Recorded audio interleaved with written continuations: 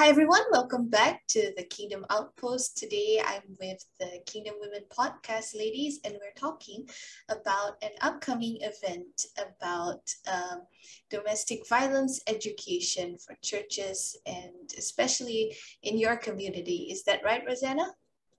Yes, LifeRing is going to be hosting a seminar featuring Chris Moles, an expert on domestic violence intervention, especially on educating men who are abusers. So he's got a lot of expertise on dealing with the subject of violence in the church and in the homes of the church members. And he's really good. He's really interesting. And I'm really looking forward to hosting him. One of the reasons that we're looking forward to hosting him is because Anabaptist people have a lot of lack of knowledge about how to deal with domestic violence in the church. Kingdom-minded people are really good with nonviolence in the nation and the community, but they are not really good at handling nonviolence or understanding violence when it happens in the home. So having a way and having some questions answered, having a way to intervene in a gospel-based, Jesus-minded way is really important to these guys. And I really want them to have the answers so that they're not wringing their hands when a woman comes to them and saying, what should I do? My husband's hitting me or he's abusing the children. I'd like to get information in their hands. And this is one of the reasons LifeRing started. So this is our first seminar on how to handle domestic violence in our churches, geared for our people who take the message of nonviolence seriously. And why would you say, or maybe for all of you, why would you say this is a crucial or important issue at this time? Well, statistics are that 1 in 4 homes experience some form of domestic violence. And I believe I've heard Chris Moles say that the numbers in churches aren't really different than the numbers out there, outside of churches. And it's just more hidden, perhaps. It's more covert. But it's an issue that women need help, men need help. It needs to be addressed. Mm-hmm. Yeah, there's no real reason to avoid the subject because it comes up in our churches. I've had women talk to me. I've had friends that have women talk to them. I know, Judy, you're very active in intervention. And the thing is, if there's no answers, what are we going to tell them? I mean, I've learned a little, but to me, it's really important that a minister or a pastor especially isn't left wringing his hands because he doesn't know what to do. And we have a lot of really bad information coming out to women in our circles because of the lack of training or knowledge about domestic violence in our churches. And it happens. It's not like it's shocking that it happens in our churches. We are just people. And some of us didn't grow up with really wonderful homes. Some of us did. But then some of us did grow up with wonderful homes. It's really nice to know what to do when it's not wonderful for somebody. And there's just no reason to be uneducated. And there's just a lot of hesitancy to address the subject because nobody knows how to address it.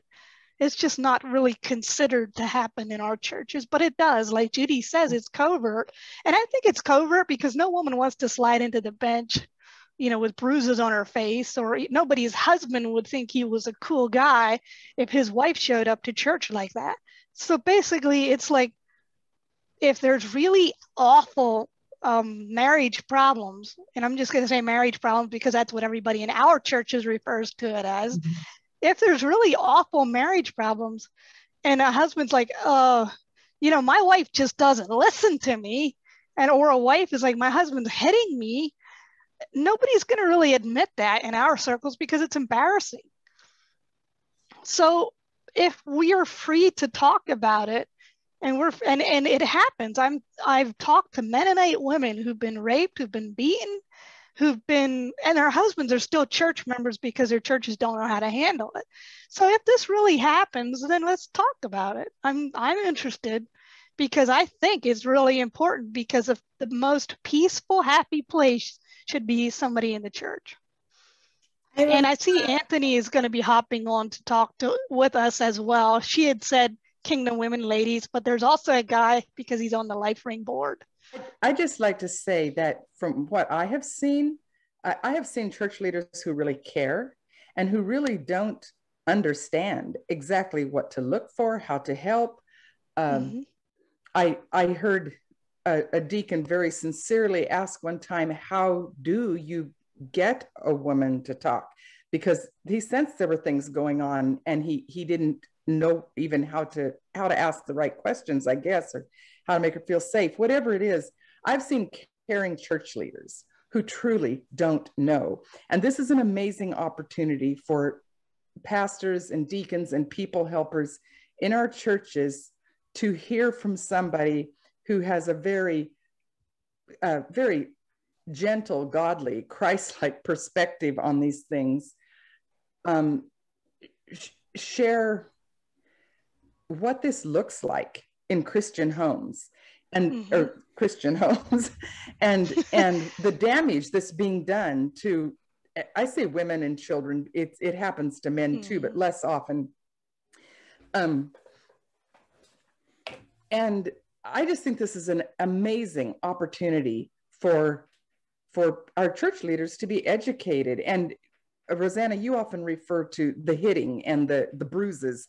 Chris Moles can help us understand that abuse can go far beyond that. And what I mean is, it can go not to that extent, but be very insidious and damaging in other areas where there would never be a chance of a bruise or even a hitting. So, and just how to deal with that and how to help the abusers to freedom and deliverance, how to care well for everybody involved. And so I think it's amazing. Oh, and I want to mention too, although Anthony may be mentioning this, that I understand there is going to be a link where you can listen in from a distance. So if you don't listen in Pennsylvania, I mean, if you don't live in Pennsylvania, you can listen in from a distance. Is that right? Yes, it's going to be live streamed. You'll have to buy tickets for the live stream. So, and I feel really bad about it because I hate charging anybody for something like this. But this LifeRing event is actually we're going to be charging for tickets because we are paying the speaker, we're paying travel expenses, and we're also, making sure that everybody has really good food that comes to the event. And because it's going to be pretty much all day Saturday. So,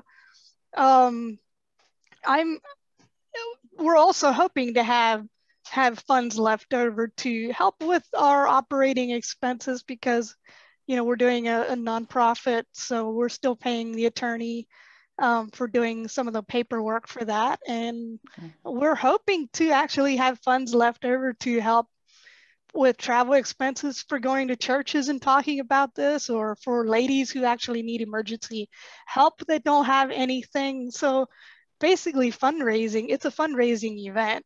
So we're charging for tickets, and your ticket prices will be going for a really practical and well-used service. Is there a link that people can donate? There is, I need to talk about that, but I think there will be one on our website. LifeRing, www.lifering.co. So we have J. Anthony Hertzler join us. Do you have any thoughts about what kind of drew you to be involved in this area and what the church needs at this time? Well, I think for me, it was seeing the experiences of a number of people close to me, and observing church leaders who I respected and knew, and whom I knew had the best intentions, kind of find themselves repeatedly in over their heads in situations, especially regarding domestic violence. It wasn't that they weren't ordinarily wise people. It was just that these situations are outside the norm of what a lot of church leaders are used to dealing with. and there's always a lot of deception involved. And because of that element of deception, and because not every marriage, by far not every marriage problem that you encounter as a church leader is an abuse situation, it's very easy to assume that your expertise and your experience translates to a situation that may be novel to you. And so, and I felt like, I lacked the ability to give good, to give sound counsel to someone whom I would know who would be in that situation. And as I dug into it and educated myself, I just came to understand that there's so much there that kind of requires a special understanding of these types of situations. It requires more than general experience. And the first thing it requires is just an awareness of how commonly these situations happen. And once that awareness exists, I think churches can take proactive steps to open themselves to those who find themselves in an abuse situation and who are experiencing domestic violence of any kind, and to be able to help, because if you're not seen as safe, if there's a sense that you won't have by a person in that situation, that their leaders won't have the competence to deal with it, they may never disclose it in the first place. So I'm just excited about giving people, about providing as many people as possible with the tools to be able to project competence to people that are in need of intervention, and then also to be able to do a good and competent job of bringing the gospel to bear on those situations, and bringing truth and light and redemption. Mm-hmm. I've thought of it too, that, if the church doesn't have the answers, somebody's going to leave the church to find answers, because it's devastating to live like that. And why shouldn't the people of God have answers to give to people within the church? It's a shame. And I think that we churches can do a lot better than what we've been doing. Mrs. Vici did a kind of informal poll recently in a survivor group for domestic violence, was it?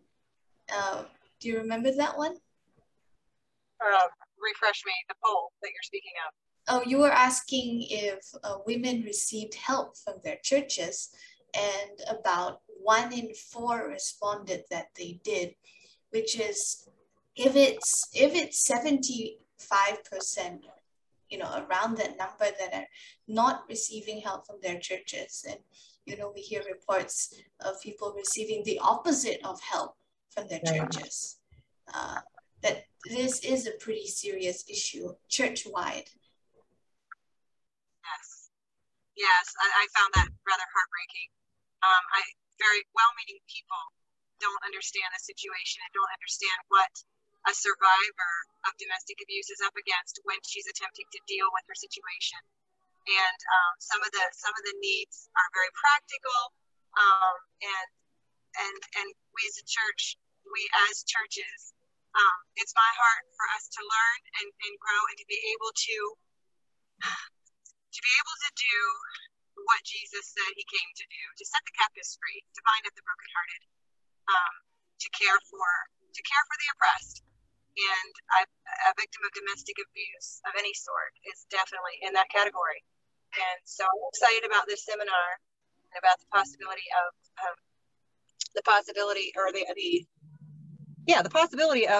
of church leaders and other people who want to care and who want to help women in these kinds of situations. I'm excited about the opportunity for them to learn better how to do this. I often think of a story that happened in my childhood. where we had about a dozen sheep grazing in a canyon by a creek. And one day, several of them came up. They had gone around a fence. They had navigated a steep hillside to come home. They had never come to the house before. This is probably, I don't know, half mile from the creek. And people were busy and in a hurry, had places to go and things to do. And my dad said, I'll check it tomorrow. Just send them, drive them back to the creek. Wherever they came around the fence, we don't know. And in the morning when he went down to check on the sheep, he found all of them dead, killed by a bear. And I cannot think of another parable from real life that so fits the way shepherds who don't understand deal with the sheep who are doing irregular things and crowding around the fences and crying out for help in ways that don't make sense. Too often they get driven back into the mouth of the bear. And that's, I know my dad didn't mean to do that. I know our shepherds don't mean to do that, but you've got to understand what's going on. I was just thinking, why do we have shepherds? The job exists to protect sheep from wolves. That is the main job of the shepherd. And so I think abuse knowledge and awareness is essential to the function of what a church is. And it being just an individual issue that people think, oh, that's your problem, it has to be a church-wide issue. Otherwise, I don't think we can make a difference. Well, our event is in Leola, PA, on October 15 and 16 if you want to attend, and we will be putting a live stream link out for those who purchase tickets. Tickets can be purchased on our Facebook page or by calling a number we can actually post probably too. So yeah, but thanks for your support, and please spread the word to your pastors, friends, especially pastors. It would be really nice to have a couple of pastors attend, simply because this is very much a need among us. Well, I'd love to see more than just a couple of pastors attend. Yeah, how about 300? Yeah, that would be wonderful. And I just encourage anyone watching to share this video, share the links, and spread the word. And that's all I would have had to say too. Just get the word out, and not just pastors and people helpers in church, certainly, but any number of us who understand the issues better can better serve each other. So please, get the word out. Let people listen to this little podcast or share the links. And God bless you. I'd like to say also, for those who are, wondering what the content is going to be like, you can go to chrismoles.com. That's CHRISMOLES.com. To learn more about the speaker and the things and see some of the content that he offers and get a taste for what you're going to experience at the seminar. The thing that, I know that we all want to do the best for our friends and for whoever we're responsible for to support. And so this is like, obviously pastors are a force multiplier when they show up and get educated on something like this, and because they have influence over a lot of people. But this is valuable information for anyone. I think it will be broadly relevant, and you won't be sorry you showed up. All right, all the links and information will be provided below, as well as a link to the event page, to the in-person event, and to the online event.